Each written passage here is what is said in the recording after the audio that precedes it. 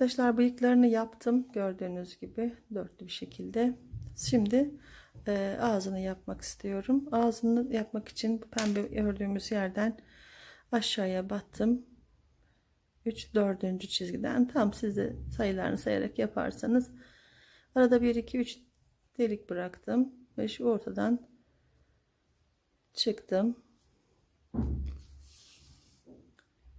Bunun arasından geçiyorum ki yukarıda kalsın diye. Evet.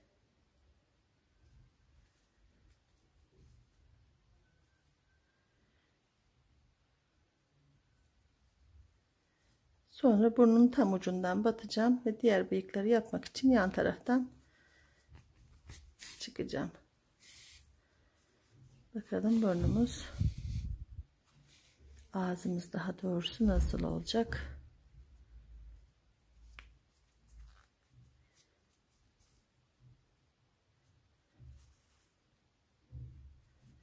Güzel oldu bence. Biraz şöyle iğnenizin ucuyla da düzeltebilirsiniz. Tam eşit olması için. Tamam. Evet. Güzel oldu. Şimdi buradan kaç tane yapmışız? 1 2 3 4 5. çizgiye batmışız. Bir yukarı. 1 2 3 4 5. çizgi. Buradan batıyoruz. Evet. Aynı yerimizden çıktık. Sonra bir alt, onun bir uzağından battık. Evet. Şu şekilde gösteriyorum.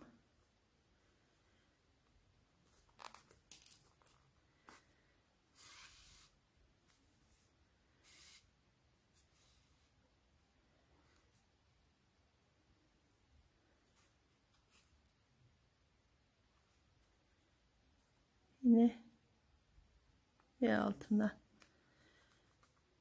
battık. 3. bıyığımızı da yapıyoruz. Sonra 4. bıyığımızı yapalım. Ve gözümüzün ilk yapacağımız yerine çıktım. Evet. O da bitti.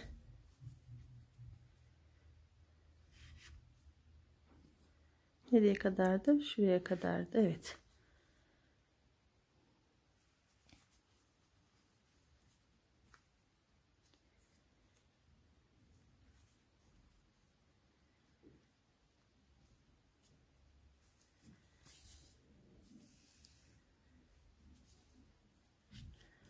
İğnelerimizi çıkartalım artık. Bunu da alalım. Dikiş iğnesi, dikiş makine dikişi diyoruz ya, ondan yapıyoruz şöyle. Evet, bir tane daha yaptık. Şimdi başka bir yerden, arka taraflardan bir yerden çıkıyorum. Evet.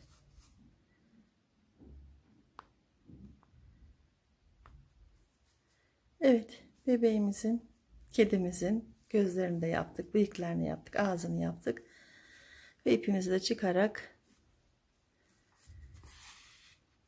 yine biraz kafanın içinde gezerek ipliğimizi saklayalım, sıkılaştırmış olalım.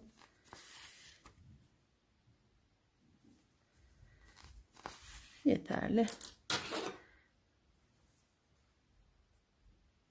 Evet. Gördüğünüz gibi gözlerimizi ve kafamızda oluşturduk.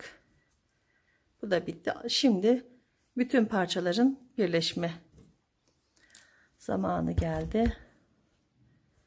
Şu zikzaklı yerimiz aşağıya gelecek. Onu da söylemiştim. Mümkün olduğunca tek tarafa boşalttırıyoruz.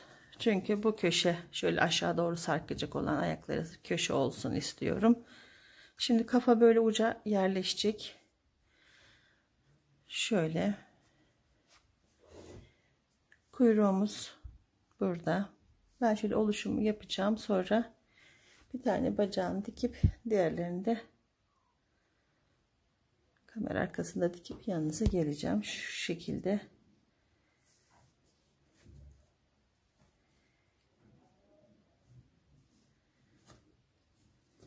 Ve bunu da kafasının buraya gördüğünüz gibi şu şekilde ve kafamız da buraya oturacak. Evet. Şimdi şu ayağını sizinle beraber dikelim.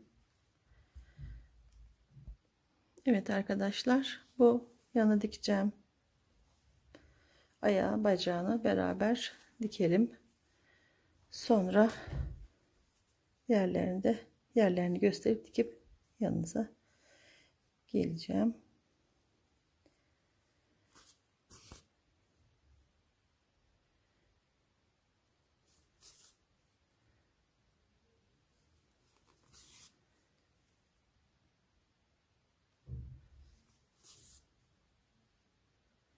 Böyle yine üstlerden alarak hızlı bir şekilde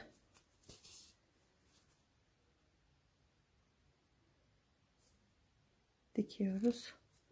Hep ekrandan çıkıyorum. Dikerken biraz elimi sabitleyemediğim için yakın olsun diye. Sonra dönüyorum. Gördüğünüz gibi buradan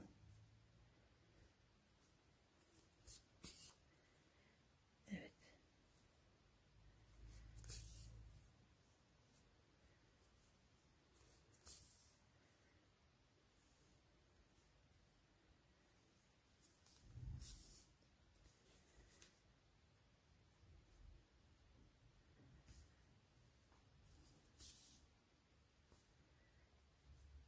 Hep ilmeklerin kestiğim yerlerdeki başlarından alarak dikiyorum.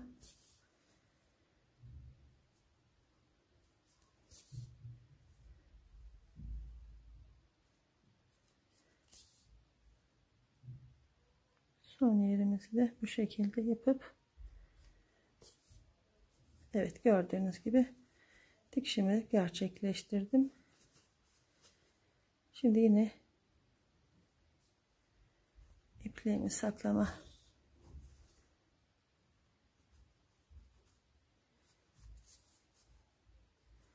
şurada kuyruk gelecek, buradan çıkabilirim. Şöyle yapayım. Evet.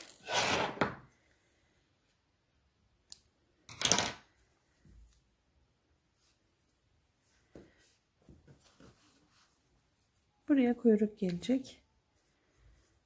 Kuyruğu tamamen doldurmuştuk biliyorsunuz.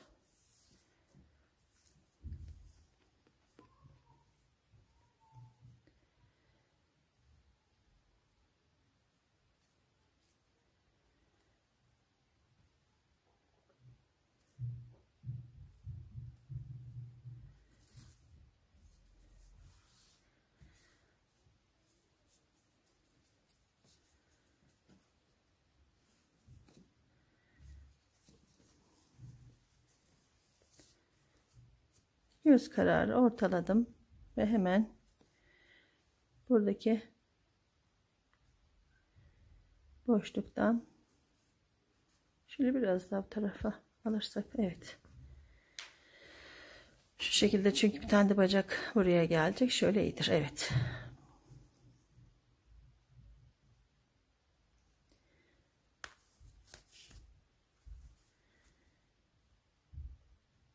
Ne yapacak kafasından? Evet.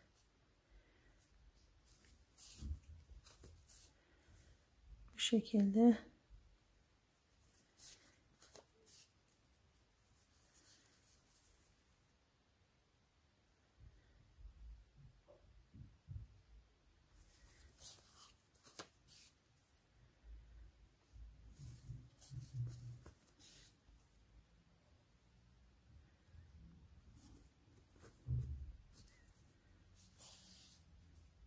bir tane daha atarsam buradan, sonra dönüp şuradan devam edeceğim.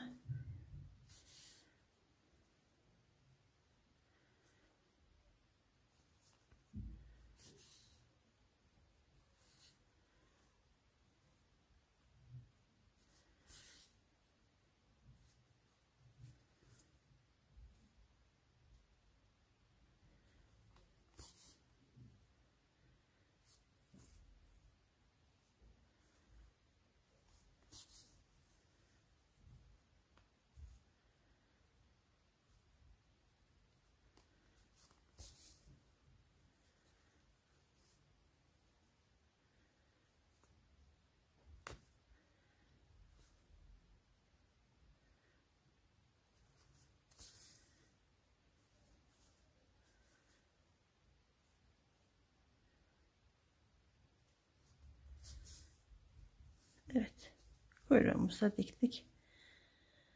Buradan hemen diğer bacağı şöyle geçip, bunun ipliği de var ama onun ipliği herhalde gereksiz. Şöyle içine tepelim ve kalan ipliğimizle şu zikzakları da görünmeyecek kısma gelecek şekilde eklersek daha güzel olur. Tam V yaptık. Ölçtükten sonra iğnemi de oradan çıkayım. Evet. İlk önce arka kısmını dikiyorum.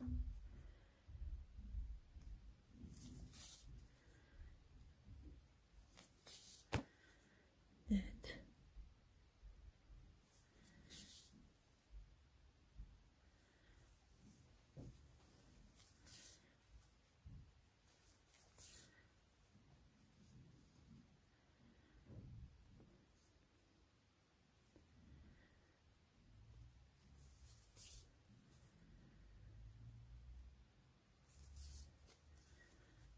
Bir tane daha buradan gitmem lazım. Şöyle.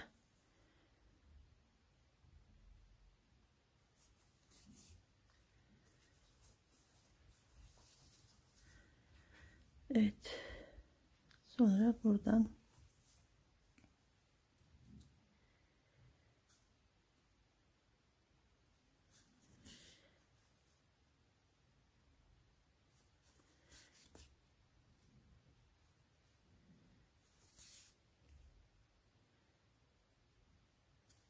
gördüğünüz gibi yukarıdaki V gibi görünen yerlerden dikiyorum.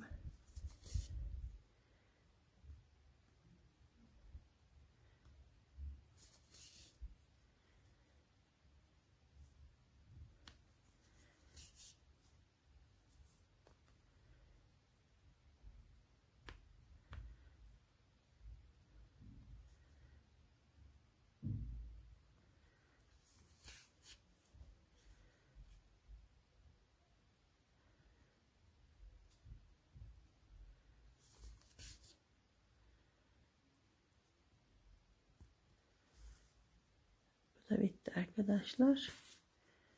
Gördüğünüz gibi şöyle göstereyim size. Yine ilmeğimizi, ipliğimizi uzaklara götürüp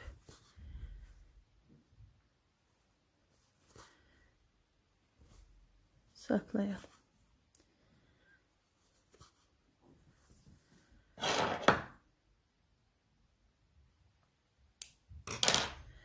Evet. Gördüğünüz diğer bacağı, birini buraya, birini de buraya dikeceğim. Kafasını dikmek için geleceğim. Evet arkadaşlar, ben bütün ayakları, bacakları, kuyruğu diktim. Şimdi kafasını dikmek için tekrar geldim. Tam vücudu ortalayacak şekilde ve biraz yan bakacak şekilde, sanki bu kolunun üstüne yatmış gibi. Şöyle göstereyim. Tam ortaladım. Biraz yönünü bu tarafa doğru şu şekilde ayarlayacağım ve bunu buradan böyle dikeceğim. Dikme işleminde yine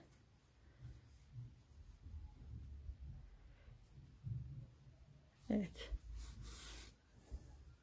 buralardan tutturarak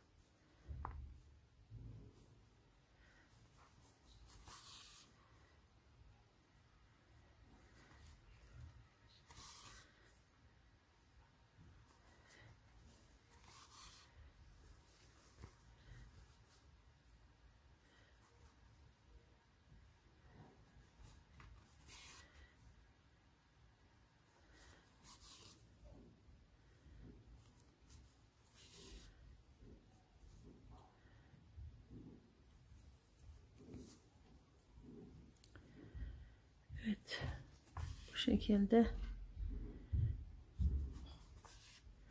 dikiyorum.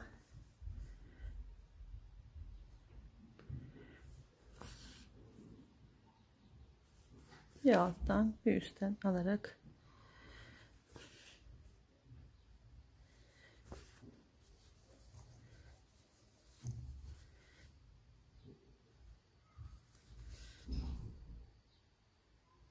Pardon, yine yukarılar dışarılara çıkıp gitmişim.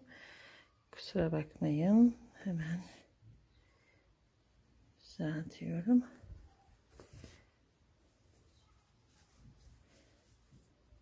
Evet. Biraz daha şöyle dışa doğru çekip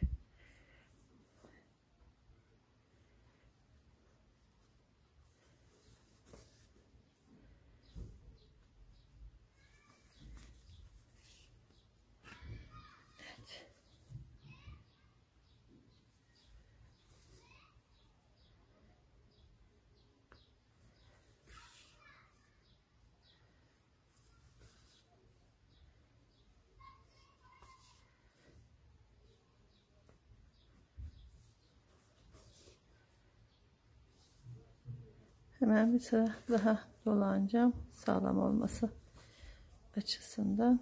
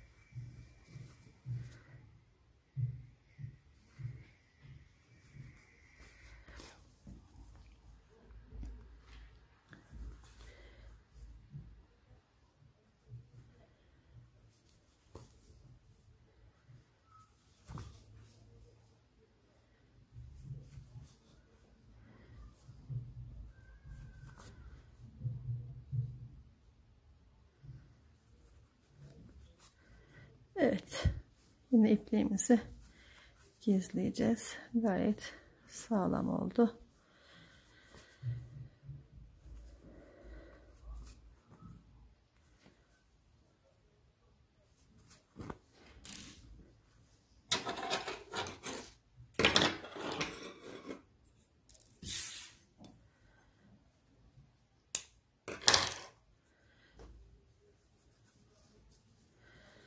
Evet, gördüğünüz gibi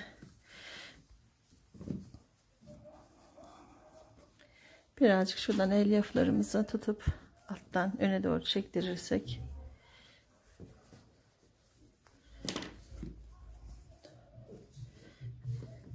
bakın böyle uyuyan bir kedi. Daha sonra resimlerini de çekip size atacağım. Evet, sadece parmak uçlarındaki bu çizgilerimiz kaldı, patilerimizdeki. Bunu dilerseniz yapabilirsiniz, dilerseniz yapmazsınız. Ben bunda yapmayacağım, bu şekilde bırakacağım. Evet, bunu isterseniz iyice yakından göstereyim size. Bakın nasıl yaptığını. Bunu daha evvel örmüştüm ben. Bu daha sert bir iplik. Evet, Nako Satenden örmüştüm. Çok sert dokulu. Bu ona göre çok böyle kadifemsi kaldı. Daha yumuşak kaldı. Sanki bununla bebek daha güzel oynarmış gibi. Evet arkadaşlar. Bu işimizin sonuna geldik.